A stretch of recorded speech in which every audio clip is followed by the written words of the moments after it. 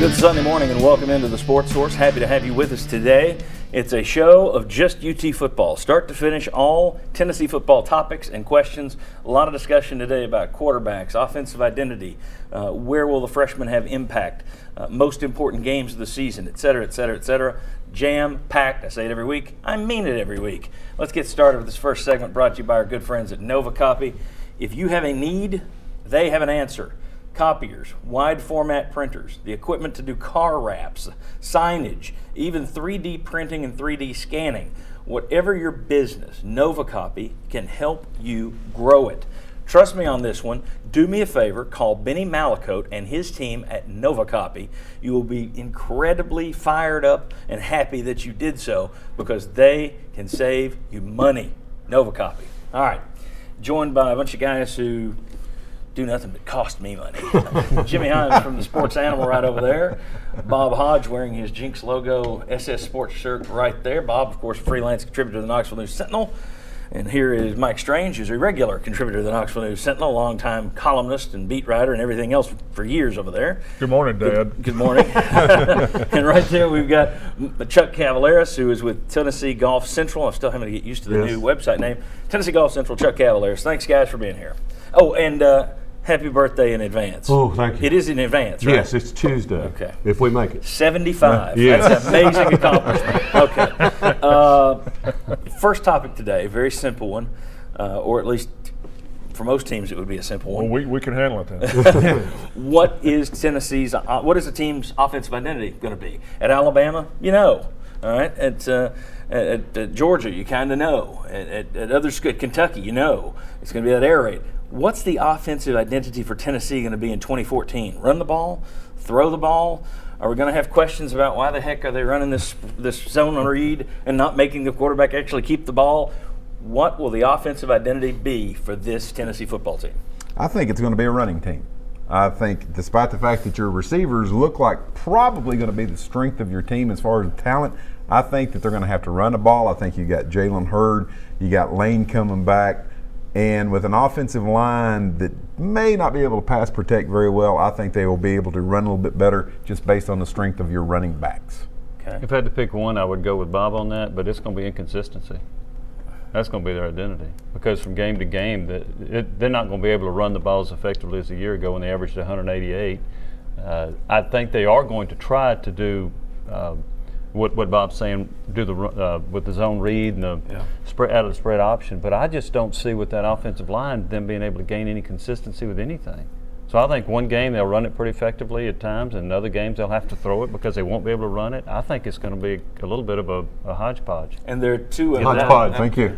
There would be two ways of looking at that. If it's inconsistency, obviously that's a bad thing. Mm-hmm. Unpredictability would be a good thing. If you're good enough to go into a game and say they've got no run defense, we're going to run at them. We've got a good enough passing attack, we're going to pass on this team this week.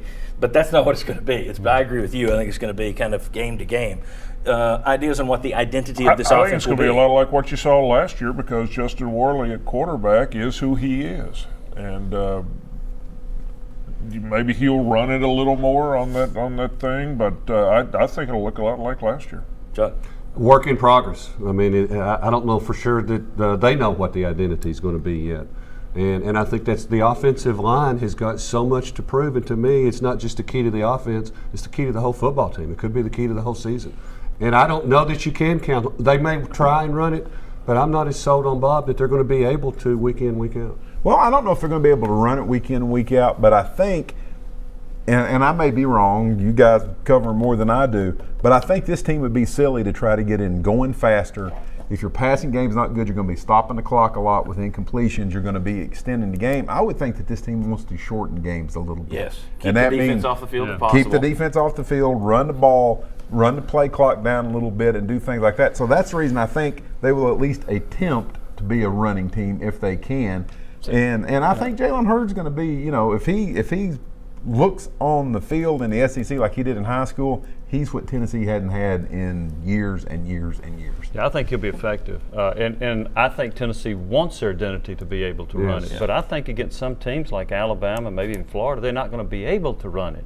So then they're going to have to come out and throw over 40 passes because they won't be able to run the football. Right. So that's why I think you're going to see them just vacillate from game to game is to try to do what they can do, because I just don't think with this offensive line there'll be some games where they can run it. I agree with the disappointing thing. I mean, we talk about they want to run. There's no question. I mean, zone read, it's 90% run is what you're looking at. The problem is you got an offensive line that's totally green. I mean, I don't see the goal may be to run it, but I have no idea if you can run it at all with a bunch of freshmen. You just don't see, and we'll talk about this later in the show, you just don't see that kind of turnover in the SEC. Let me ask you this. I thought it was interesting. On that front, earlier this spring maybe, it might have been the spring game, you talked to Butch Jones. We might have talked about it on the show then. Talked to Butch Jones, and he mentioned to you, given the choice, good offensive line, a great offensive line, good back, or good offensive line, great back, he'd rather have the great back, right, which is a little surprising to me. Well, what were your thoughts on that and what he threw that out there? I mean, typically, and I think most people would think they'd rather have the better line who can make average backs better. He went the other way. Well, he did, but actually, so did Derek Dooley. And you don't want to always be in the same voice with that. But Dooley's point was going back to Herschel Walker. He was a great back behind a decent offensive line at Georgia. Great running backs can make an offensive line look better. So I could see where he was coming from if you got a really good one. If you got Herschel Walker, you're okay. Yeah. All right. Maybe Adrian Peterson. And he really worked hard to recruit Herschel Walker, didn't he? And I guess on that line of thought, you're thinking a great back could make something out of nothing.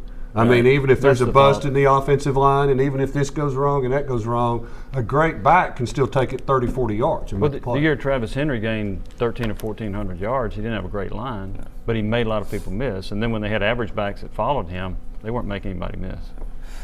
So much is going to be riding on Jalen Hurd this year. So many expectations, and this is a guy who had injuries at the high school level. To me, that's a concern when you're really going to make this guy kind of your bell cow, you would think. And he had some injuries in high school. You hope that he can show durability in an SEC season. Couple of notes. Coming up next, we're going to talk about team speed. It's been an issue for Tennessee since the Philip Fulmer era, the end of it. Will Tennessee have enough speed to compete with their rivals? Also, one very big note for our DirecTV viewers out there. DirecTV has finally corrected our listing. We are no longer listed as a local special. We are located as we are listed as a local series, which means you can record us as a series. Hit that record button twice, and we'll be there on your DVR waiting for you every Sunday. DirecTV, thank you. DirecTV viewers, thanks for being patient, but you can now record us as a series again, and that makes me overjoyed. There's a word for it. Exhilarating. Crazy.